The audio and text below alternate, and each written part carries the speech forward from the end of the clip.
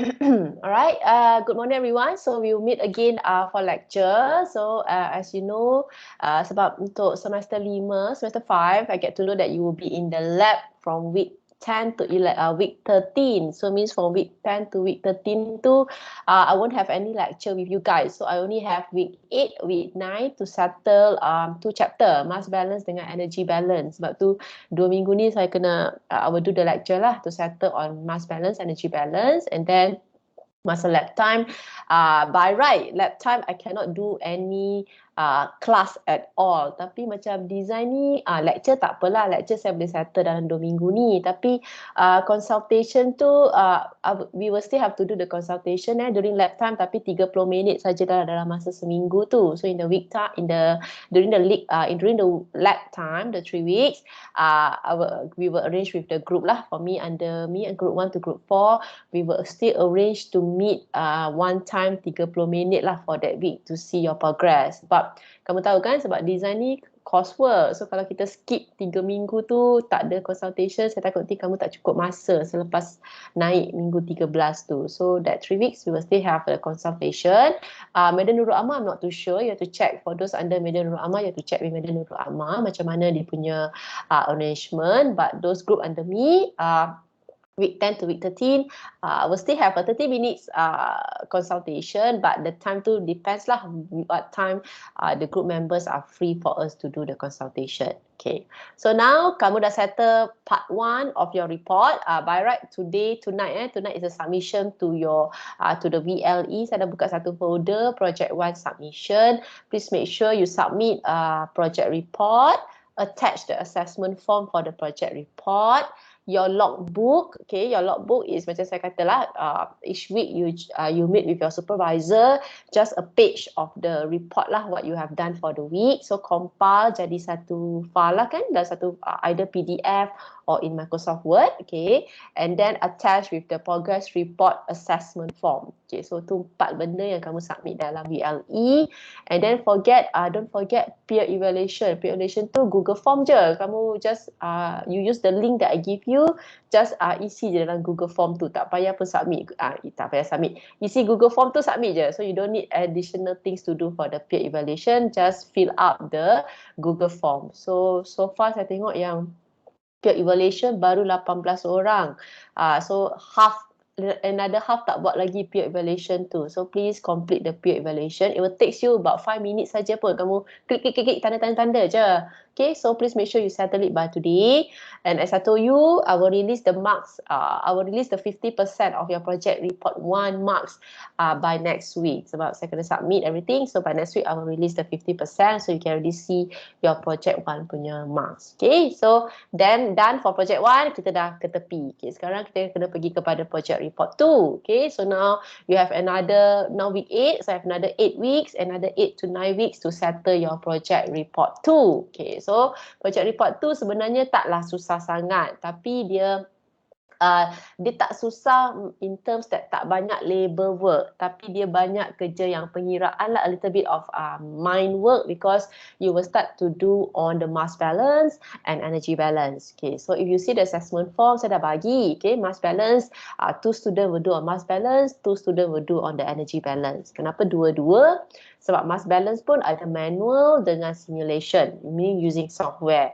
Energy balance pun sama, manual dengan menggunakan software. Sebab tu saya perlukan 2 minggu untuk ajar kamu manual dan ajar kamu guna software. Okay, tapi kamu kena ingat I teach apa yang kamu perlu tahu saja untuk buat untuk plan design. Ni saya takkan ajar balik the entire mass balance, the entire energy balance. I will teach what is important and what I think is needed for you untuk buat energy balance and mass balance. And even method pun saya tak ajar semua method. Saya ajar method yang saya rasa paling senang untuk kamu nak buat mass balance. Sebab kamu tahu mass balance ada few methods, right? Especially macam reactive process tu kita ada method yang berlainan. So I will only teach one method, but I think that one method is the easiest one to do. Tapi katakan kamu nak guna satu lagi method, tak salah. Okay, so again, what I teach is what I think is sufficient, but you have other method. Of course, you are more welcome to use other method as long as the calculation is correct. Okay, so that's why you got 4 students. And by right, untuk memastikan pengiraan tu betul, those yang buat manual dengan simulation tu actually you can work together sebab kamu akan menggunakan information yang sama, just that jalan pengiraan tu akan menggunakan dua cara ataupun dua sistem yang berlainan, satu manual, satu software. Tapi by right, information yang digunakan oleh student tu adalah information yang sama. So mass balance, student manual ke, student software pun information sama, satu kira guna software, satu kira manual. So by right, pengiraan tu akan memberikan outcome yang sama. Just like derivation of the final answer, sebab kalau guna software, dia akan kira menggunakan a lot of significant points, right? Significant points lah. Sebabnya kalau manual mungkin dikira guna 2 angka bererti. Tapi kalau guna software, maybe up to so many angka bererti depending on the software. So the derivation is there, but it's very, very small derivation. So by right, yang dua-dua kira tu kamu boleh check. Kalau jawapan kamu hampir sama, most likely your correct calculation is correct. Tapi kalau calculation tu tengok derivation jauh, meaning somewhat one of the person is doing the wrong calculation. Energy balance pun sama. Energy balance kita kira Q sebenarnya. So the calculation of the Q, either you use software or use manual, but right, the Q you will get is almost identical. So if you get the Q tu berlainan, then you know that someone is doing the wrong calculation lah. Sebab information adalah sama. So of course, I always think that working two together in pair is a much faster way and more effective for you to do the calculation. Okay, right. But before we go to the calculation, salah satu part yang kamu mesti kena hantar dalam report 2 adalah PFD. So kamu kena hantar balik PFD tahu sebab of course you have gone through presentation. Nanti saya pun akan mark your report. So from the report, perhaps there will be correction, suggestion from the subject leader, saya, maybe from supervisor, Madam Nurul Ammar, or maybe during your presentation, your assessor has given some comments, right? So if you want to, you are not compulsory to change, okay? Tak ada paksaan dalam perubahan kecuali kalau benda tu memang serious, okay? So means if that something is the supervisor, assessor rasa macam mesti kena tukar, compulsory, mungkin salah konsep ke, salah fundamental, that one kamu kena tukar lah. Tapi kalau it's just a suggestion from me ke, from Madam Nurul Ammar ke, from the assessor, it's really up to you whether you want to change or you don't want to change, okay? So the freedom is entirely on you to change or not to change. So dalam report 2, PFD pun sama. Kamu nak tukar ke? Mungkin kamu nak tukar, mungkin tak tukar sistem lah, tak tukar proses. Tapi mungkin nak tukar the sequence of the equipment ke, the types of equipment ke, maybe from 3 you want to change to 2, or maybe you want to add pump, you want to add compressor, or so on and so forth.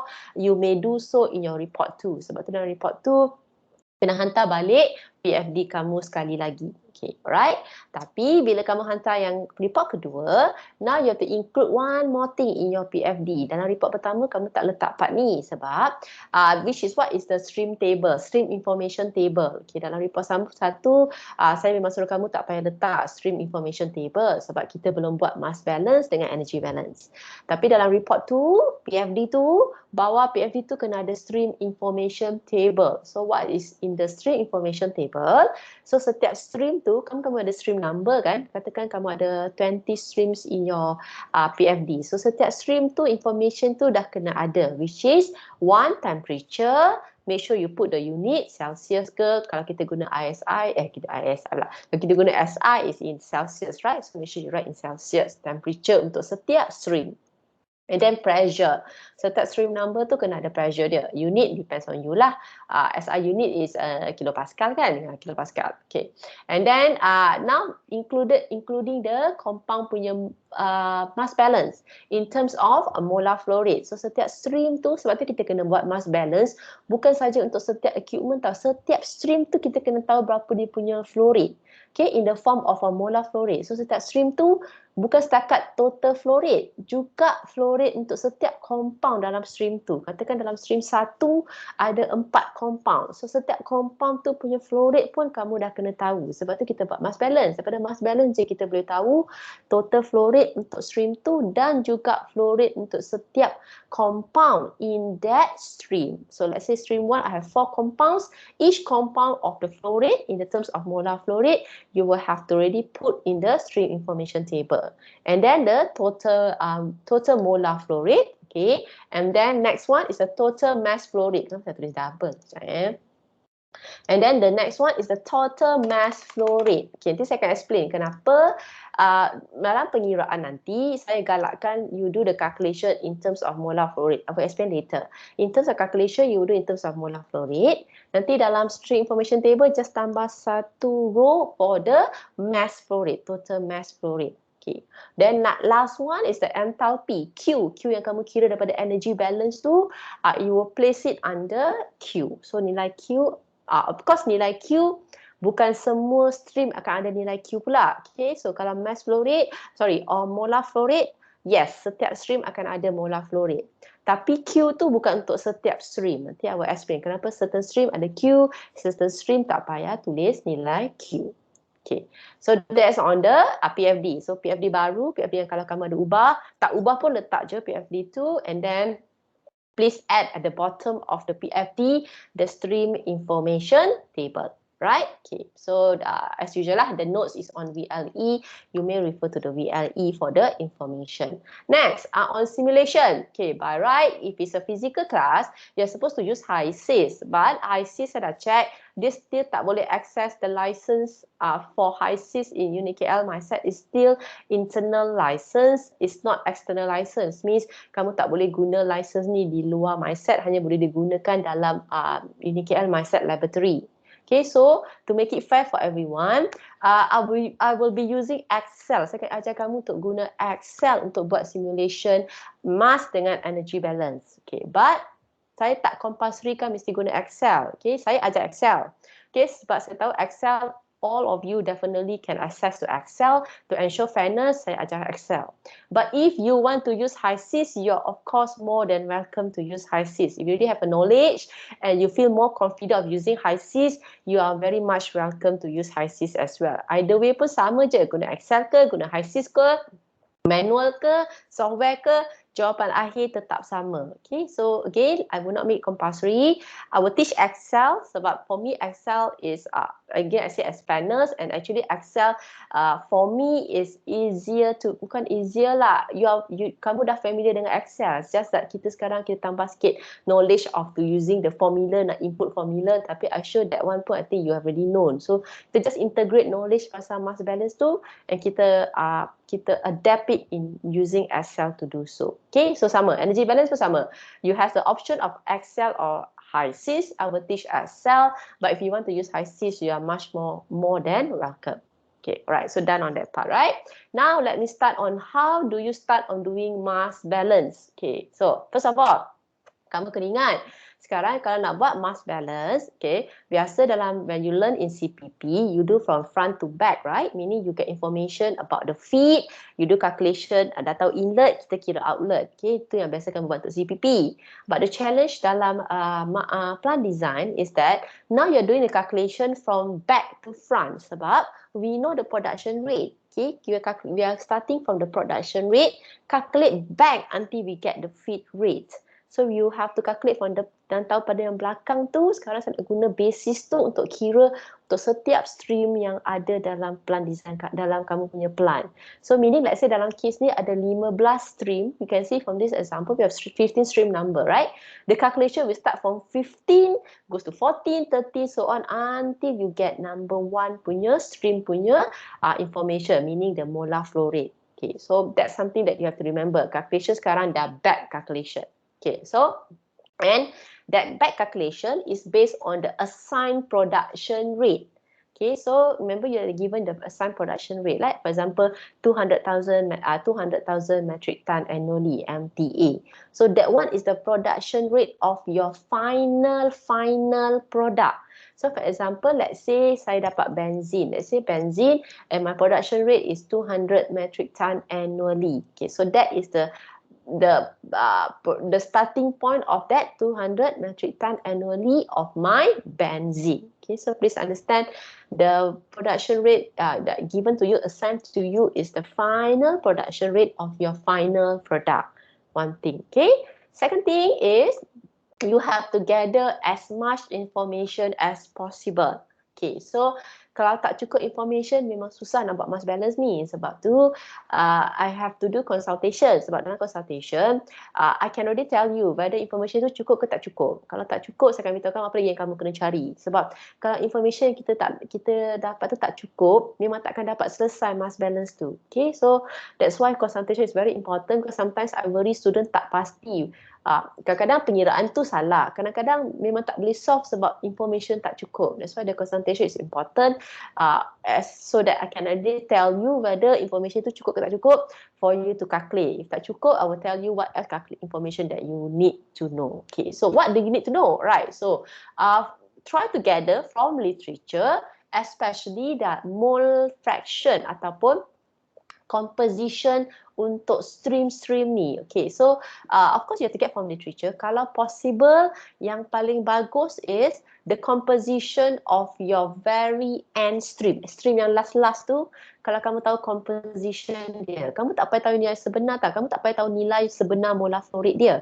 Tapi kalau literature dia beritahu, katakan dalam stream 14 ada 50% benzene, 50% fuel gas, something like that. This just composition tu pun dah okay, sebab daripada composition tu sebenarnya kita dah boleh buat dia punya mass balance, because I have the production rate and I have composition of or the fraction.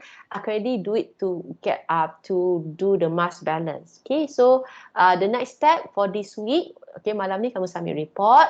The next step nak start ni, okay, yang for those mass balance, check pada literature as much as possible composition of your compound dalam stream ni.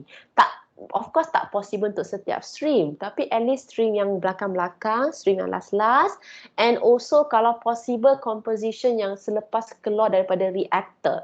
Sebab reactor ni a reactive process. So reactive process ni, if possible you can get the composition yang keluar daripada reactor tu berapa persen. Katakan kamu ada reactant A dan B, produk C dan D. So kamu cuba dapat pada literature how many percent reactant A selepas reactor, how many percent reactant B, how many percent produk C, how many percent produk D.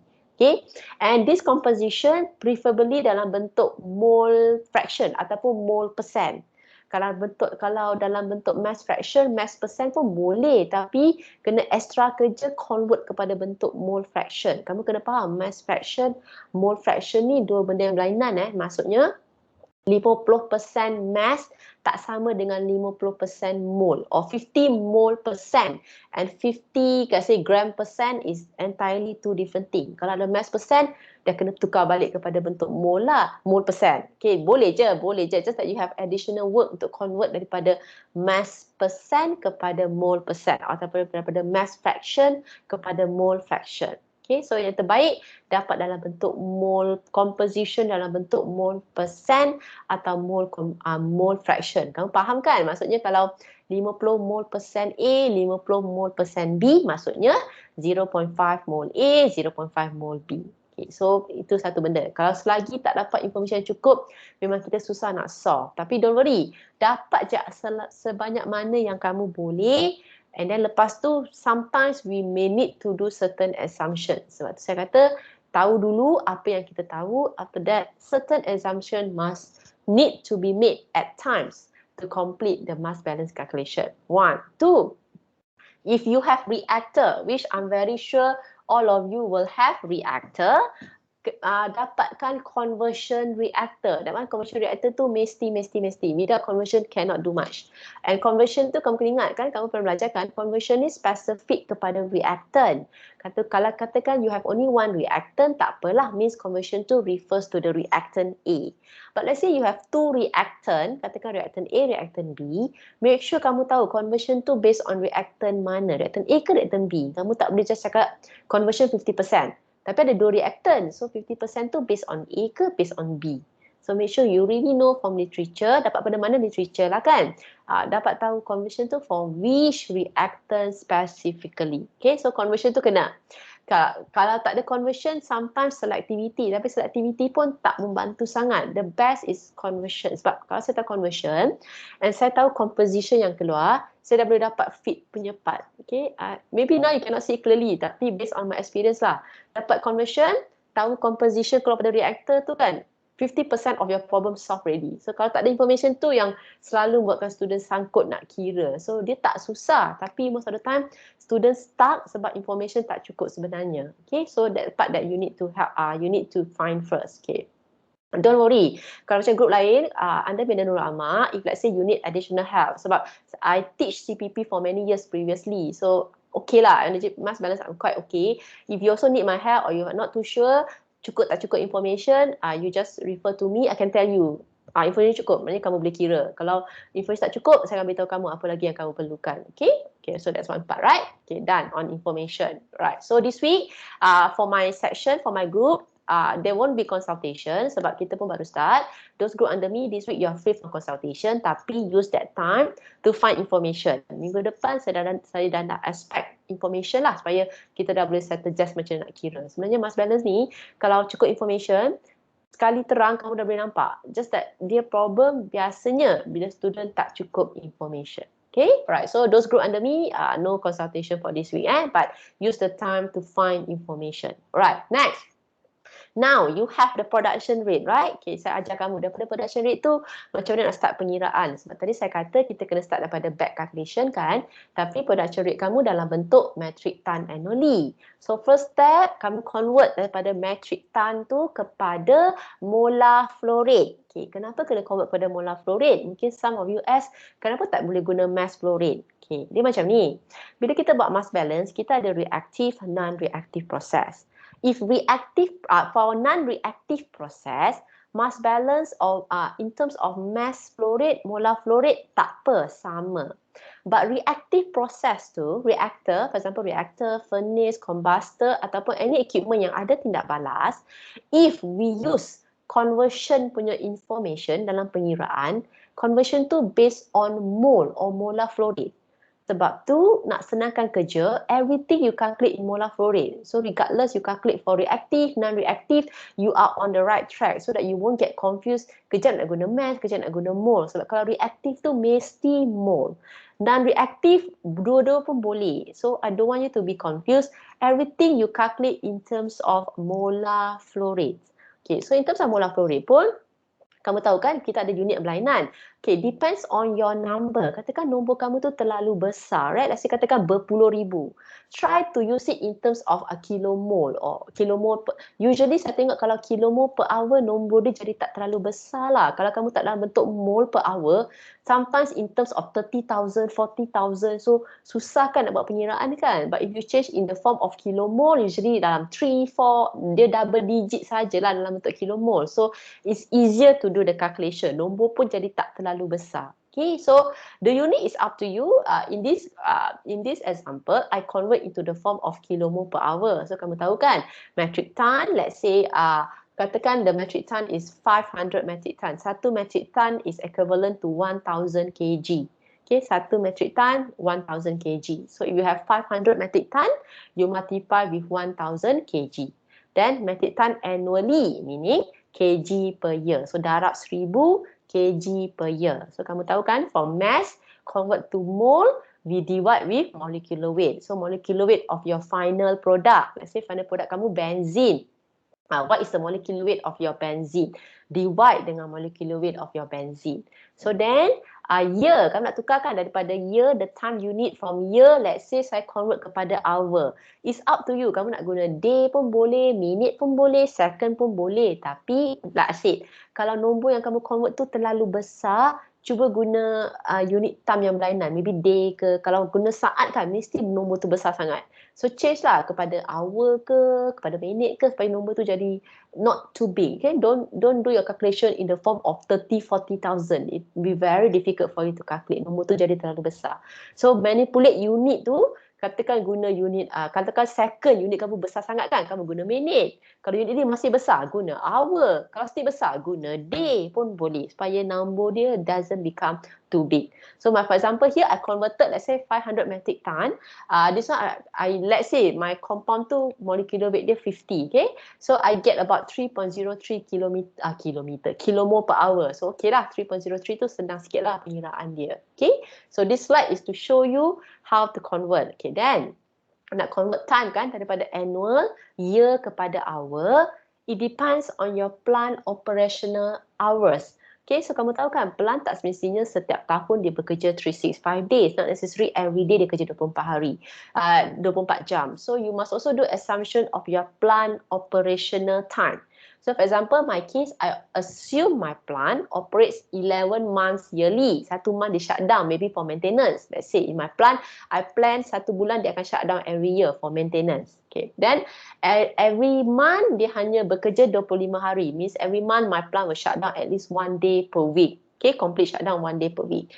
And then for daily, 24, 1 hari dia hanya bekerja 12 hours. Means they are only operating 12 hours per day. So this assumption is up to you because it's your company, right? It's your decision to operate whatever that you want. Okay, so operational time of the plant is up to you, but you need to use that assumption to calculate kan, nak convert daripada annually to get your hour. Okay, so apa yang tunjuk ni is just a guideline, but it again depends on you. Okay, but the final tu production rate tu, like I said, please make sure it's in terms of molar flow rate.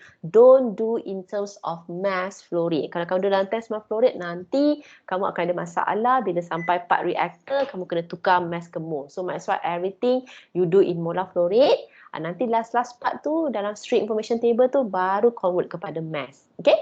Alright, so that's on the production rate conversion. Okay, so maksudnya yang tadi kamu dapat yang the one I calculated the 3.03 kmol per hour is actually at stream 15. Means information saya dapat sebenarnya pada stream 15 tu satu information saya dapat daripada mass balance saya. Means I have to start from the assumption I have 3.03 kmol per hour of benzene at stream 15. Okay, so one of the hint that I can tell you, okay, of course, again, kamu kena faham, setiap plant ni, dia punya information tu, like I said, from literature, each plant will have unique information from the literature. It really depends on you. Sometimes kamu dapat ni, sometimes kamu tak dapat ni.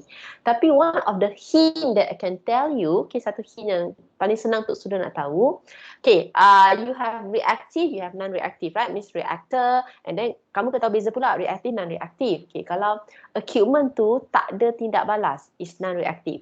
But if the equipment has reactions occurring, is called as reactive process. So usually reactor lah, combustor, furnace. Okay, that's the simplest example. Okay, and usually kalau kamu ada few reactor katakan, okay, how to say, molar flow rate yang keluar pada reactor yang paling last, molar flow rate itu akan sama dengan molar flow rate yang keluar pada bahagian 15 ni. Contohnya, dalam kes ni, yang keluar pada reactor is stream 9, right? Okay, yang keluar pada reactor stream 9, molar flow rate benzene at stream 9 will be the same molar flow rate at stream 15. Sebab lepas reactor, biasa dia akan asingkan sahaja. Dalam reactor tu, dia akan penghasilan produk. What the product get is a mixture, right? The subsequent process is normally separation. They just purified, they separate. So, molar flow rate tu sebenarnya akan sama pada molar flow rate produk yang keluar daripada reactor tu akan sama dengan molar flow rate yang keluar pada bahagian last. Usually, tapi saya tak kata semestinya. So, one of the hint lah. Tapi again, kita kena study balik proses kita. Okay, so complexity mass balance sekarang adalah is entirely the whole plant. So kita kena strategize nak start pada belakang, kita kena tengok information apa yang kita ada. So sometimes kamu akan tengok penyiraan kamu kejap kamu skip pergi depan, kejap kamu datang balik belakang sebab it depends on the information that was given. But just want the hint here, okay, kalau kamu nak if you can catch it that usually molar flow rate produk yang keluar pada reaktor sama dengan molar flow rate produk yang pada bahagian last kali production tu. Right? Okay. So next one, macam mana kita nak buat mass balance? Okay, for those who doing mass balance, you need to have a block diagram first. Okay, kena ada block diagram, baru ada pengiraan. Okay, so block diagram ni untuk setiap equipment satu block diagram. Okay, kamu faham kan block diagram? Satu equipment ada inlet, ada outlet. Okay, so katakan kamu ada 10 equipment. Setiap equipment tu kena ada mass balance dia, kena ada block diagram dia. Okay, so dalam block diagram dia, kamu buat satu kotak je lah. Okay, let's say the equipment is a separator. Let's say separator. Dalam kes ni is a separator lah. Okay, separator one box. This one box is to signify this is a separator. Then kamu kena label, okay, yang masuk inlet tu stream apa. Let's say the separator masuk stream dia adalah stream 1. You must refer this to your PFD. Dia kena konsisten dengan PFD. Katakan dalam PFD, separator ni yang masuk adalah stream 1 dan stream 1. Katakan dalam separator dalam PFD yang masuk adalah stream 14, kamu kena tulis 14. So, block diagram ni kena konsisten dengan PFD kamu. Okay, so label the stream number accordingly, inlet, outlet. So separator ni ada dua lah kan. So outlet dia stream 2, stream 3. So nanti saya akan check tengok kamu punya PFD betul tak separator ni stream number dia sama tak. So make sure sama. Sebab nanti penyeraan ni kan kamu nak letak dalam stream information table. Sebab tu kamu kira ni kamu dah ikut stream number yang betul. Supaya nanti stream information table kamu copy saja penyeraan yang kamu dah buat. Okay, so 1. Okay, so 1, block diagram mesti ada kotak, mesti ada anak panah masuk, anak panah keluar lah. So if you have 2 inlet, 2 different arrow out and 1 arrow in, means 1 inlet, 2 outlet. Second, okay, you have to label it accordingly. Apa yang kamu kena label? Normally we will label 1 is the total molar flow rate of the stream. Okay, total molar flow rate. Katakan kamu ada 2 compound, total molar flow rate ni adalah molar flow rate compound A tambah dengan molar flow rate compound B. If you say you have 4 compound, semua compound punya molar flow rate tu kamu kena total up. So you put the total molar flow rate and the unit. Okay. If information tu kamu dah tahu, kamu terus letak. Kalau kamu tak tahu, kamu labelkan dia. Okay. So kasi kamu dah tahu total molar flow rate yang masuk adalah 100 kmol per hour. Terus tulislah 100 kmol per hour. Tapi kalau tak tahu, kamu label dia sebagai label lah. Macam saya letak sebagai, let's say the inlet, I put F1. So F1 dalam bracket kilomole per hour. So I know it's the total kilomole of the compound. Okay, so that one. Second, the compositions or the fractions. Okay, so letak fraction dia. Kalau kamu dah tahu fraction dia, kamu letak. Kalau tak tahu, kamu label dia. Macam saya letak sebagai this stream 1, saya letak sebagai F1, total molar flow rate untuk stream 1. Lepas tu fraction saya letak sebagai YA1, YB1, means fraction A dalam stream 1, fraction B dalam stream 1. So kalau kamu tahu more fraction dia, kalau kamu tahu dalam bentuk percentage, tukar kepada fraction. Let's say 50%, jadi 0.5. So YA1 0.5, YA2 0.5. Okay, then let's say kamu tahu molar flow rate compound itu sebenarnya. Contoh dalam kes ni, saya tahu molar flow rate A itu adalah 255 kmol per hour. So saya tulis sebagai FA1, means molar flow rate A dalam stream 1 adalah 255. So I put FA1, 255 kmol per hour. So kalau tak tahu, kamu letaklah FA1, FA2 kalau tak tahu. Kalau tahu, letak terus nombor yang kamu tahu. Okay, so ada total, fraction compound, and the real flow rate of the compound if you know. If you don't know, you put it as just unknown lah, FA1, FA2. Kenapa ni FA1, FB1? Okay, kenapa kita kena buat ni? Sebab, again, daripada ni kita boleh tahu sama ada enough or not enough information to solve it. Okay, so same at the outlet as well. Each of the stream kena ada 3 information ni. Okay, total flow rate of the compound, fractions of the compound, actual molar flow rate of the compound. Yang tahu letak nombor, yang tak tahu letak simbol unknown lah. For example, macam kes yang kat stream 2 saya letak sebagai FA2. FA2 saya tahu 250. Baru saya akan tulis FA1 tak tahu lagi kan letak FB1, FB2 saya akan letak tak tahu berapa kan. So saya akan letak FB2. Bawah pun sama. Okay, so that's information that you need to put. Apa yang tahu, apa yang tak tahu. And make sure you need everything must be completely labeled with the known, unknown variables. Okay, known and unknown variables saya kena improve balik. Saya pun lupa nak letak FB1 di sini. Patutnya, sekejap ya. Lepas tu saya kena letak sini FB1. Yang keluar kat atas FB2. Yang kat bawah ni FA3, FB3. Saya lupa nak letak unknown dia. Okay, kamu kena letak unknown ni sekali. Saya letak sekarang yang saya dah tahu. Yang saya tak tahu patutnya saya kena letak. Alright. Okay, so that's one thing. Block diagram tu kena complete. Setiap equipment, satu block diagram. Stream number, tally kepada PFD kamu. Okay. Next one, baru kita masuk kepada how to do mass balance calculation. Okay, tak apa. Saya ajar kamu cara yang paling simple sekali. Sebab saya tahu kamu belajar CPP, kamu rasa macam susah. Okay, I teach you the easiest way to do mass balance. Okay, tapi kamu kena faham. Mass balance ni ada perbezaan dia. Again, as I told you, from now on, kamu dah kena check dalam equipment kamu berapa equipment reaktif, berapa equipment non-reaktif. Okay, nak tahu non-reaktif ni, contoh kes dia, pump, heat exchanger, separator, compressor or any equipment yang just pisahkan saja compound, dia adalah non-reactive. Reactive adalah any equipment yang melibatkan tindak balas. Okay, so ataupun kalau kamu tengok dia masuk equipment tu masuk dalam equipment tu, let's say A and B, tiba-tiba yang keluar ada produk baru. Confirm tu dalam reactive process, meaning produk baru tu terhasil dalam tindak balas. Okay, so that would be reactive. So the example, reactor, furnace, oxidizer, combustor, that is reactive process. Kenapa kena tahu? Sebab jalan penyuraan is two different calculation, two different way of calculation when involve reactive dan non-reactive. So kamu kena faham tu. Kalau reactive, kamu dah tak boleh guna cara non-reactive. Kalau non-reactive, tak boleh guna cara reactive. Okay, so kamu kena faham perbezaan dia. Right. Next one. Let us start with non-reactive. Okay. Salah satu lagi benda yang kamu kena faham. Okay. Bila kamu nak buat penyuraan dalam PFD kamu, make sure kamu tahu setiap compound yang keluar dan masuk untuk setiap stream. Okay. Contohnya kalau non-reactive, whatever goes in must goes out.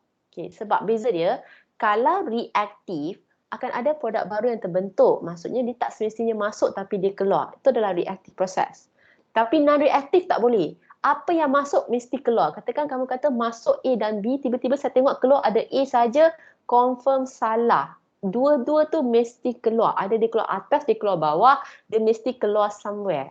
So kadang-kadang student pun buat mistake tu. Dia masuk A dan B, tiba-tiba keluar A je. B dia hilang tak tahu ke mana. Sebab tu Mas Balance dia tak boleh solve sebab tiba-tiba B dia hilang don't know go where. So non-reactive, kamu kena make sure apa yang masuk mesti keluar. Okay, so means all compounds in inlet are in outlet. Either up, katakan kamu ada top bottom stream, ada top or bottom atau kedua-duanya atau salah satu. Okay, so that's non-reactive. Establish dulu konsep masuk mesti keluar. Ada top or bottom or both. Alright, then next.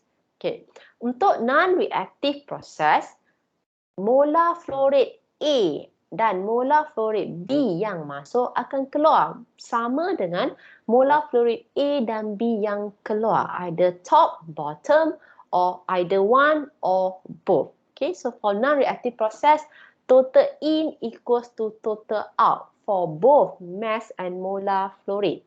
Okay, total in equals to total out for both mass and molar flow rate for non-reactive process. Okay, so that's one thing first that you have to understand. Right.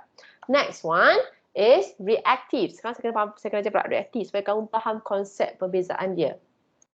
Kalau reactive process, okay, kamu kena faham dalam dia punya outlet stream tu akan ada produk baru, compound baru yang muncul di outlet tapi tak ada di inlet. Kenapa? Because reaction occurs. Reaction occurs, new products are formed.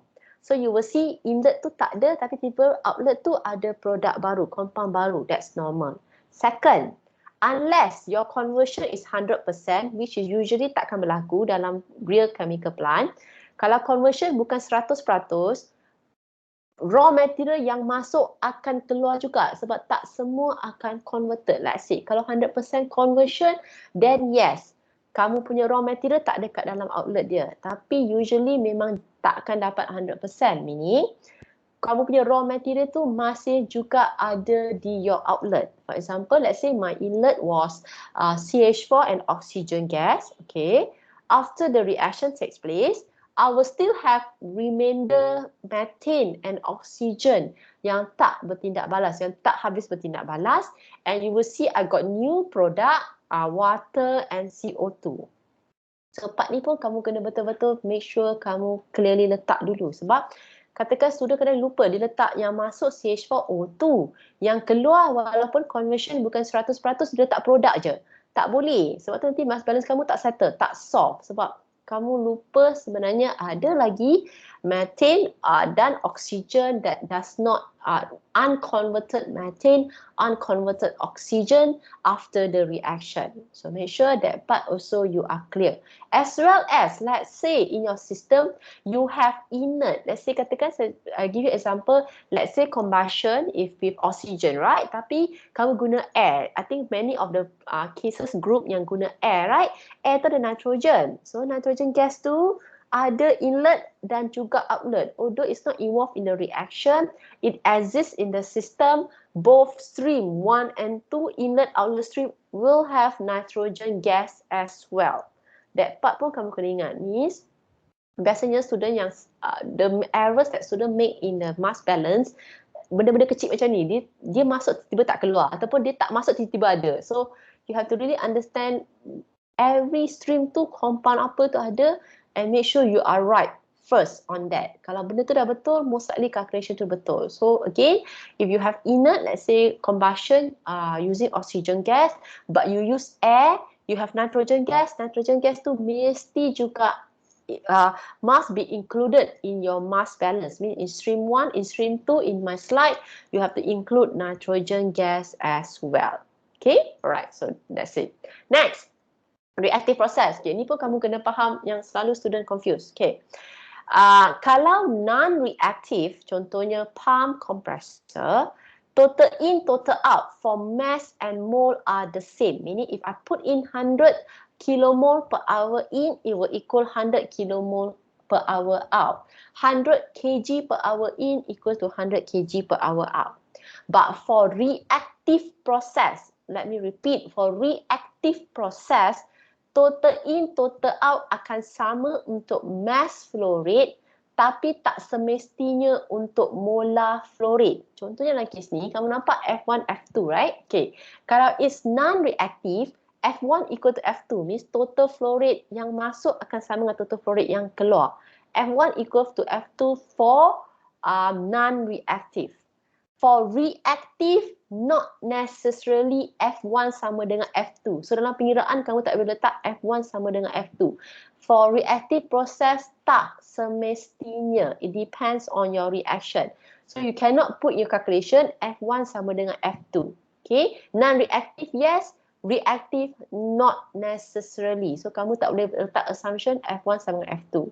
However, if you want to check your calculation, kan sebab saya kata kamu kena kira dalam bentuk molar flow rate kan. Kalau tak sama, macam mana kita nak check? However, kalau kamu ingat sebenarnya dalam reaction, kamu convert ke dalam bentuk mass, mass in sama dengan mass out. Mass in, total mass in will equal total mass out. Means, katakan kilogram per hour in akan sama dengan total kilogram hour out. Mole tu yang tak semestinya sama. Mass, yes. So, bila kamu dah kira bentuk mole, dah dapat semua pengiraan, kamu convert kepada mass untuk check balik. Kalau total mass tu sama, most likely your calculation is right. Tapi mungkin kamu tanya, tapi doktor kenapa nak guna dalam bentuk mole? Like I told you, sebab conversion, selectivity, semua ni mesti pengiraan berdasarkan mole. Conversion and selectivity is based on mole. It's not based on mass. Sebab tu, saya suka kamu guna dalam bentuk mole. Kalau tak, kamu confused. Okay? So, that's one more thing that you have to remember. Right. Okay. Now, baru saya pergi kepada jalan pengiraan non-reactive. Okay. So, for non-reactive, I hope you remember the balance for non-reactive. Kita ada dua balance that you need to do. One is the total balance. One more is the compound balance. Kamu faham kan? Macam katakan dalam kamu punya inlet tu, katakan kamu ada dua compound kan? Katakan outlet kamu pun dua compound. So, total in akan sama dengan total out. Means total in flow rate tu akan sama dengan total out. Dan juga balance for the compound. Ni berapa A yang masuk akan sama dengan berapa A yang keluar. Berapa B yang masuk akan sama dengan berapa B yang keluar. So whenever you do balance, we have two types of balance. Total balance, we call it. And second is the compound balance. Okay. Then next, kamu kena faham juga konsep fraction dan actual molar flow rate. Sebab kadang student student a bit confused on this part. Okay, sebab saya kata ada actual flow rate, ada fraction, right? Okay, so let's say, katakan via inlet ni, I have F1, total flow rate. I have the fraction Y1, YA1, YB1. Means YA1, fraction A. B tu YB1 fraction B. Okay, so nak tahu flow rate untuk A adalah sama dengan fraction A darab dengan total. Okay, ataupun contoh yang senang, katakan you have total flow rate 100 kilomol per hour total. Okay, then dia beritahu composition dia 0.5 A, 0.5 B. Means actual flow rate A berapa? Actual flow rate A will be 100 multiplied with 0.5. Meaning 50 kilomol per hour of A. Berapa kilomol per hour B? 0.5 times with the total 100 again. So 50 kilomol per hour B. Maksudnya 100 kilomol total, fraction 50%, 50%, right? 0.5, 0.5. Actual flow rate A 50, actual flow rate B 50. Ataupun contoh lain saya katakan, let's say total 100 kilomol per hour and I have 60% A, 40% B. Meaning flow rate A berapa? 0.6 times 100, 60 kilomol per hour of A. Berapa flow rate B? 0.4 times with 100, 40 kilomol per hour of B. Okay, so part ni kerana sudah confused, saya rasa sudah confused. Bila ada fraction, bila ada total, actual flow rate dia jadi confused. So, actual flow rate compound tu sama dengan total darab dengan fraction. Sebab tu you will get FA1 sama dengan total darab dengan fraction A. Actual flow rate B, total times with the mole fraction B. Okay, so total tu sama dengan apa? F1 tu sama dengan total flow rate akan sama dengan apa? Flow rate A tambah flow rate B. That's why F1 sama dengan FA1 plus with FB1. Okay. Same. Untuk outlet fraction pun konsep sama. So let's say I have the total top product, total flow rate dia F2. Means F2 tu flow rate A campur flow rate B at the top product. Okay. So if I want to know flow rate A sahaja, so F2, total flow rate F2 times with YA2. So YA2 times F2, I get flow rate A. Flow rate B, FB2 equals to YB2 times with FB2, times with F2, means fraction B darab dengan total dapat flow rate B. Dan flow rate A, and then bottom also the same as well. So kamu kena faham konsep total flow rate, fraction, and flow rate of each compound. Kamu jangan confuse part ni. Okay, alright. Dan next baru kita buat balance. So balance saya katakan ada dua jenis balance kan. Overall balance, sometimes I say total, sometimes I say overall balance and the compound balance. So overall balance ni maksudnya berapa overall in equals to the overall out. So F1 in F1 equals to outlet, we have F2 and F3, right? So F1 equals to F2 plus F3. Remember, this is for non-reactive. Kalau reactive, tak semestinya. Means kamu tak boleh guna assumption F1 sama dengan F2 plus F3 if it's reactive process. Non-reactive, yes. F1 equals to F2 plus F3. Okay. Subsequently, kamu pun boleh buat balance for the compound itself. Yang tadi yang kamu buat balance total tu adalah total A dan B. Kita pun boleh buat balance for A, balance for B. So balance for A will be how much A that enters, FA1, equals to how much A that exits the system. At the top product, FA2, the bottom product, FA3. So FA1 equals to FA2 plus FA3. Compound B, flow rate B yang masuk, FB1 equals to flow rate B at the top product, FB2 plus flow rate B at the bottom, FB3. Okay, so mass balance, kamu kena ingat ada dua jenis.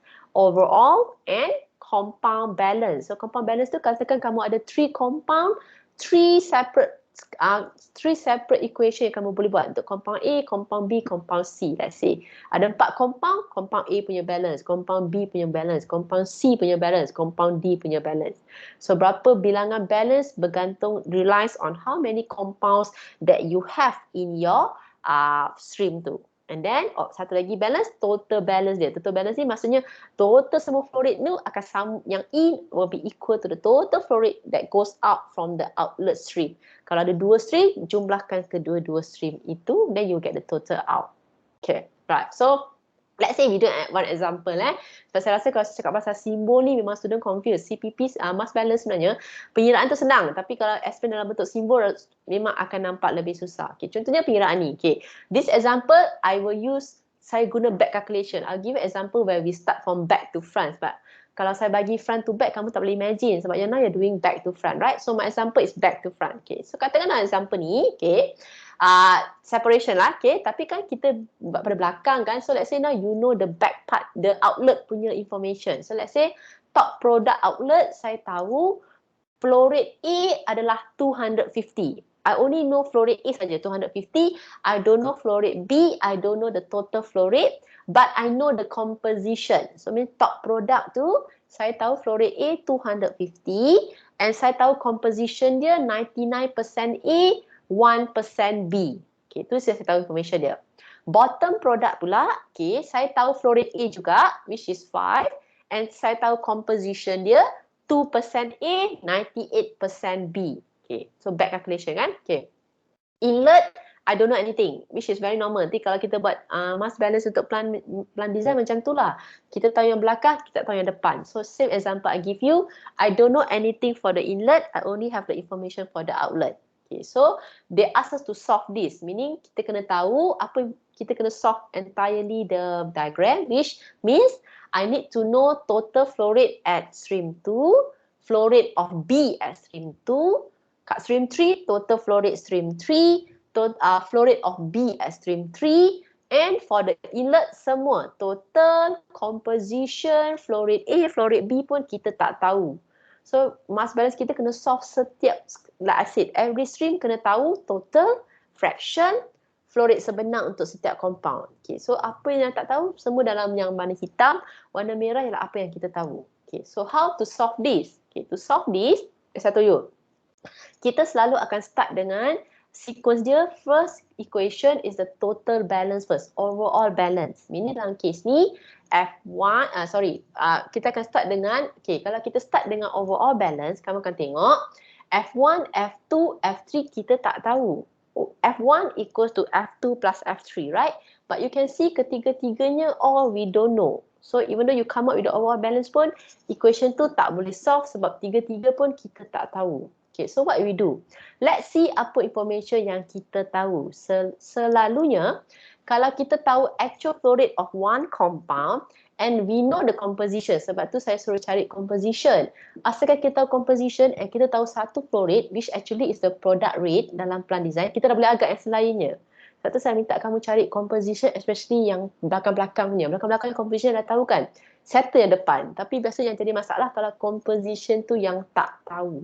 So composition yang last part tu, if you know, it's the easiest to do. So for example in this case, yang kat stream 2 tu, saya tahu dah flow rate A and saya tahu composition dia. Okay, so that's one thing yang saya tahu. Okay, alright. So kat stream 3 pun sama. Saya tahu flow rate A, saya tahu composition dia. Okay, so first thing I do is, since kita dah tahu actual flow rate A at the outlet, we can actually know the inlet kan, sebab total A in akan sama dengan total A yang keluar. Meaning FA1 equals to FA2 plus FA3. Means balance untuk compound A tu kita dah boleh solve sebab kita dah tahu A out kat atas, A out kat bawah. I can already know the A that goes in. So FA1 equals to FA2 plus FA3. FA2 is 250, FA3 is 5.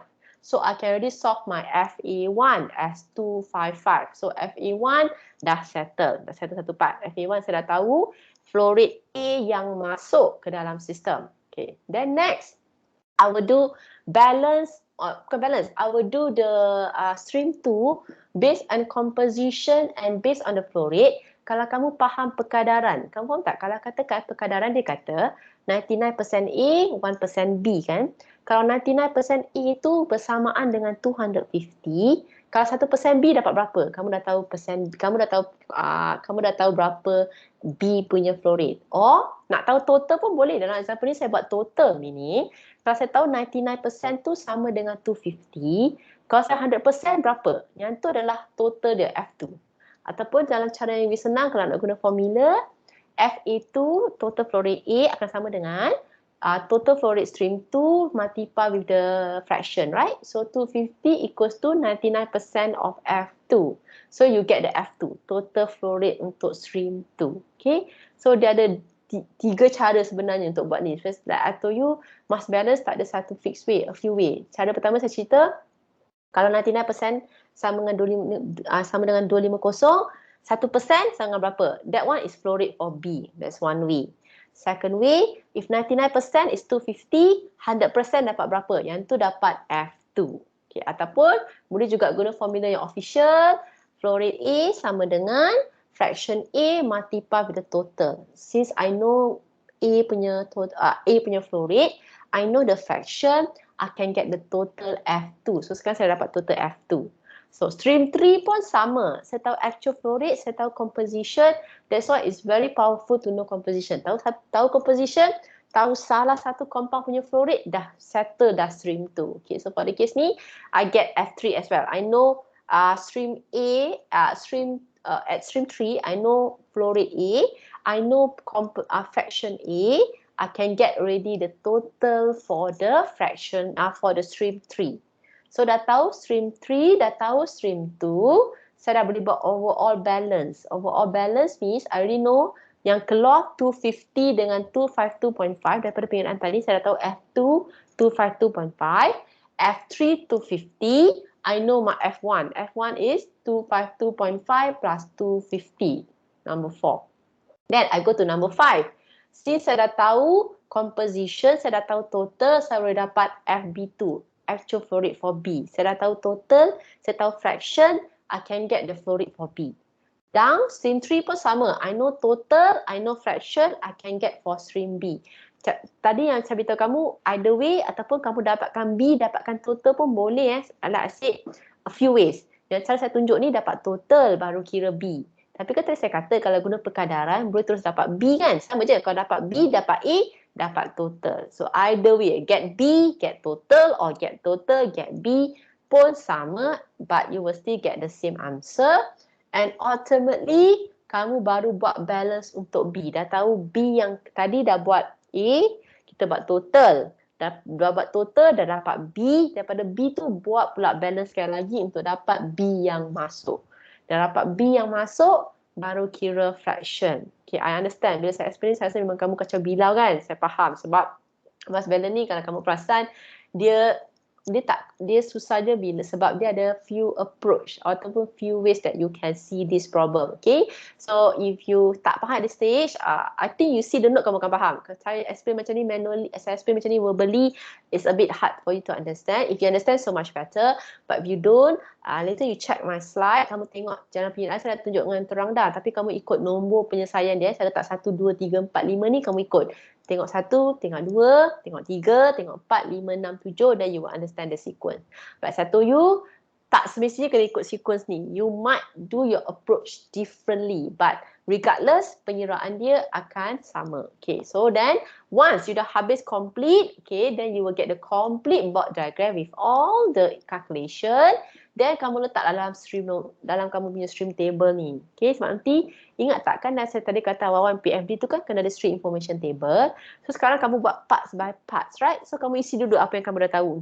Untuk diagram ni, untuk equipment ni, saya dah solve untuk stream 1, stream 2, stream 3. So kamu isi dalam stream ni, dalam table ni. So kamu dah tengok berapa molar flow rate for stream 1, stream 2, stream 3 and total dia. And then don't forget nanti convert kepada mass flow rate, isi pula untuk bahagian total mass flow rate.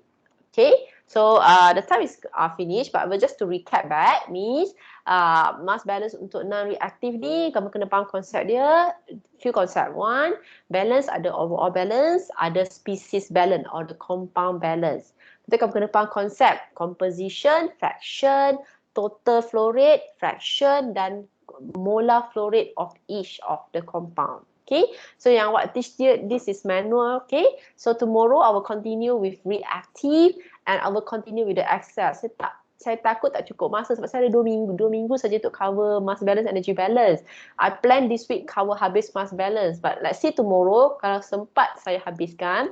Kalau tak sempat, maybe I will record the video on the Excel part. Saya rasa sempat. Kalau tak sempat, saya record video on the Excel part. Next week I will go on the energy balance part. Alright, so that's all for today. Tomorrow is the next class. Please don't forget to attend next class. And that's all for today. Thank you, everyone. Thank you, Doktor. Thank you.